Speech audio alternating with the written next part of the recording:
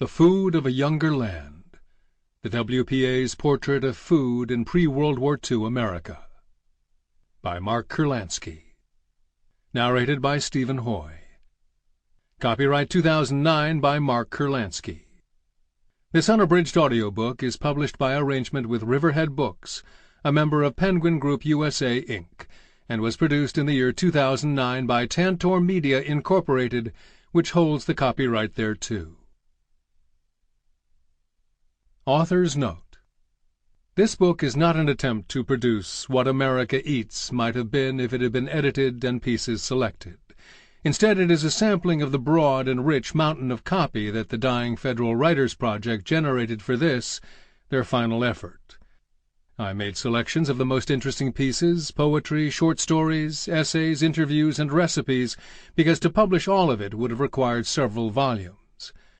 The listener can experience the archaeologist's adventure that I had sifting through these unedited and unpublished manuscripts with all their blemishes, including misspellings, bad English, bad Spanish, and chaotic recipes that sometimes require a cook's imagination to make work.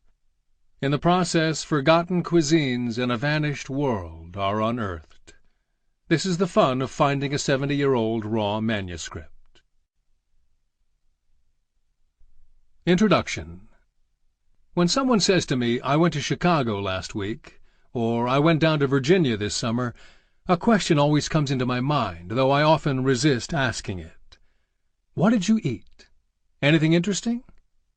I would like to know what politicians eat on the campaign trail, what Picasso ate in his pink period, what Walt Whitman ate while writing the verse that defined America, what Midwesterners bring to potlucks, what is served at company banquets, what is in a Sunday dinner these days, and what workers bring for lunch.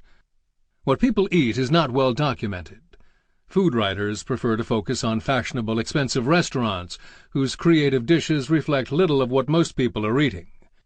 We know everything about Paris restaurants, but nothing about what Parisians eat.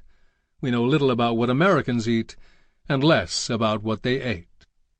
A few years ago, while putting together Choice Cuts, an anthology of food writing, I discovered to my amazement that government bureaucrats in Washington in the late 1930s were having similar thoughts.